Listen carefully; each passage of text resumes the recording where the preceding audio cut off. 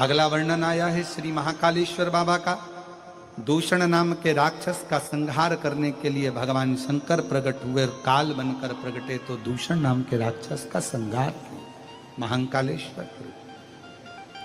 अगला वर्णन है ओमकारेश्वर का।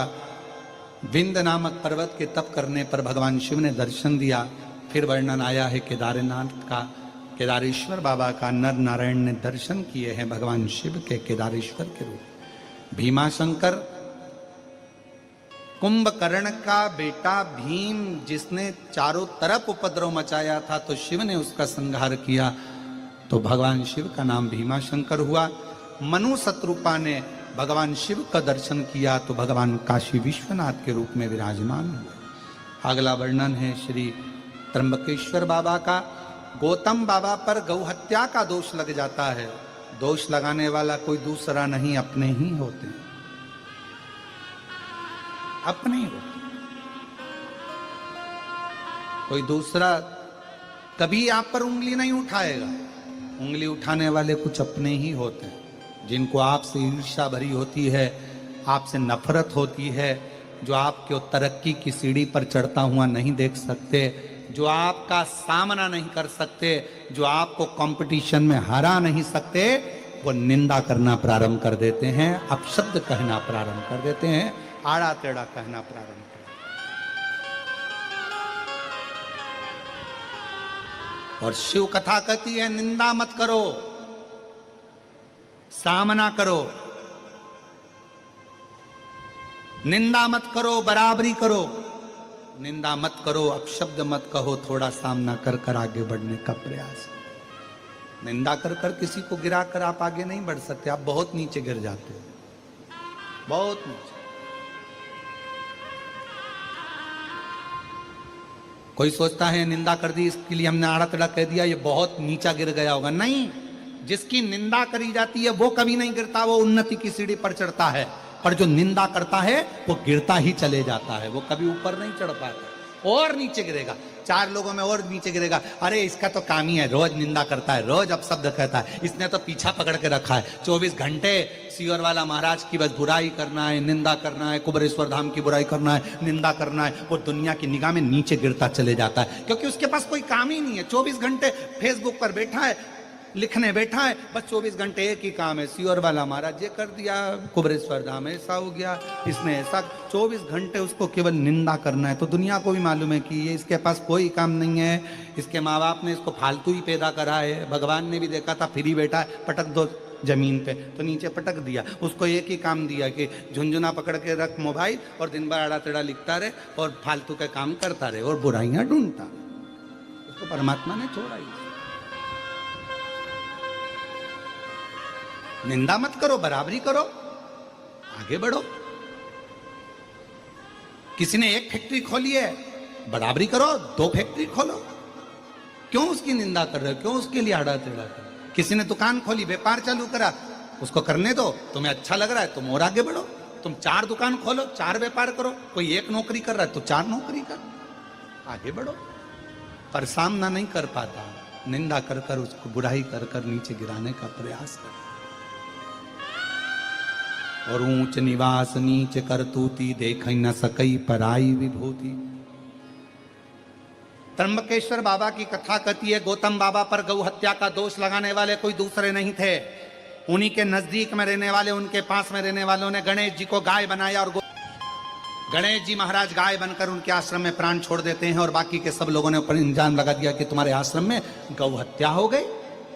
गौतम बाबा दुखी होकर मां अहिल्या ने तप करा और ब्रह्मा विष्णु महेश को प्रकट करा तो त्र्यंबकेश्वर बाबा ने आकर दर्शन दिया और गौ हत्या के दोष से मुक्त करा। फिर वर्णन आया वैद्यनाथ जी का। रावण शिवलिंग लेकर जा रहा था, शिव जी को भूमि पर रखा, इस बाबा वैद्यनाथ के रूप में विराजमान। अगला वर्णन है नागेश्वर का। दारुक नाम के राक्षस का संहार शिव जी ने करा, नागेश्वर के रूप में विराजमान हुए।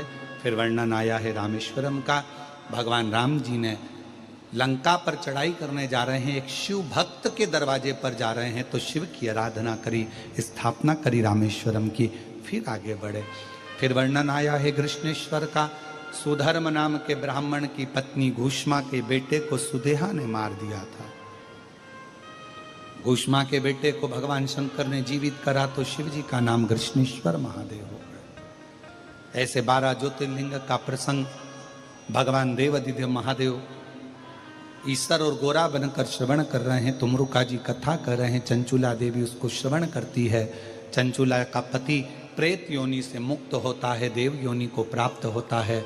जो चंचुला वेदव्य थी, शिव महापुराण की कथा सुनकर अखंड सौभाग्यवती हो जाती है, शिव के धाम जाती है। भगवान देवादिदेव महादेव कहते हैं, सुनो तुमरुका जी, ये पवित्र शिव महापुराण की कथा पर मैं अपना बेलपत्र समर्पित करता हूं। सुनो तुमरुका जी, कलिकाल में, संसार में, कलयुग में शिव महापुराण की कथा श्रवण करने वाला जीव मेरा अपना जीव है। शिव महापुराण की कथा सुनने वाले भक्त को कभी कोई कष्ट नहीं आता। जो दिल से सुन ले, पंडाल में बैठकर बाबा से विनय करेगा, मुझसे विनय करेगा, शिव तत्व को प्राप्त करेगा। सुनो तुमरुका जी, संपूर्ण विश्व कल्याण के लिए ये शिव महापुराण की कथा मूल है। और फिर निवेदन है, आपके नगर में, आपके क्षेत्र में कभी भी कुबेरेश्वर बाबा के धाम से कोई सूचना मिले कि सीहोर कुबेरेश्वर धाम से शिव पुराण आई है, हमारे हैदराबाद में, हमारे नगर में, हमारे नजदीक में कुबेरेश्वर धाम से ये शिव महापुराण की कथा पहुंची है, कुबेरेश्वर धाम से, भगवान शंकर के धाम से ये कथा आई है, तो तुरंत विचार कर लेना कि यह कुबेरेश्वर धाम से शिव पुराण नहीं, स्वयं कुबेर भंडारी तुम्हारा भंडार भरने के लिए आया है, स्वयं कुबेरेश्वर धाम। और जब जब कुबेरेश्वर धाम से यह पवित्र शिव महापुराण की कथा आपके नजदीक में, नगर में, शहर में, कॉलोनी में, क्षेत्र में पहुंचे, 1 दिन, 5 दिन, 7 दिन, 3 दिन, जितना सुन सको जरूर श्रवण धारण करो। और क्या देगा बाबा, वो उसी के ऊपर निर्भर करता है। सुंदर शिव महापुराण की कथा स्वर्गीय रामनिवास जी भोतड़ा जी, स्वर्गीय श्रीमती शकुंतला जी भोतड़ा जी की स्मृति में Shri Brajgopal ji, Shrimati Deepali ji Bhotra, Shri Gaurav Alok Kumar ji, Alok ji Bhotra, Bhagyanagar, Hyderabad, Telangana, fine cab buyer and company, cable company द्वारा ये कथा चल रही थी, जो आज विराम की ओर जा रही है। ये कथा पवित्र शिव महापुराण की है, महाराष्ट्रियन, गुजराती और इधर साउथ का जो श्रावण का महीना है उसके अंतर्गत चल रही है, जो ये आज विराम ले रही है। आप और हम भगवान शिव की पवित्र कथा का लाभ लिए और अपने जीवन को आनंदित किए। मैं भोतड़ा परिवार को बहुत बहुत साधुवाद देता हूँ, जिन्होंने इस कथा को करवाकर ना जाने कितनों के चेहरे पर ये प्रसन्नता ला कर दी है। साधु का देता हूँ मैं। भोतड़ा परिवार के इस पवित्र प्रांगण का आनंद लेते हुए 5 दिन भोतड़ा परिवार में रहना हुआ। ब्रजगोपाल जी के यहाँ निज निवास पर, उनके यहाँ उनके बच्चों ने, परिवार ने खूब भाव से सेवा करी, खूब आनंद से शिव की भक्ति करी, बाबा की आनंदमय कथा का लाभ लिया। बाबा से प्रार्थना करता हूँ कि आप जिस कामना से आए हो, मेरा देव अधिदेव महादेव आपकी सभी कामना पूर्ण करे, शिव आपके भंडार भरे। किसी माँ की कभी किसी स्त्री की गोद खाली ना रहे, किसी पुरुष की जेब खाली ना रहे, मेरा शंकर भगवान सबकी झोलियाँ भरे। जो जिस कामना से आया, बाबा आपकी कामना पूर्ण करे। मैं भोतड़ा परिवार से ही श्री गौरव जी को आमंत्रित करता हूं कि वो आभार व्यक्त करेंगे। श्री गौरव जी भोतड़ा आभार व्यक्त करने के लिए।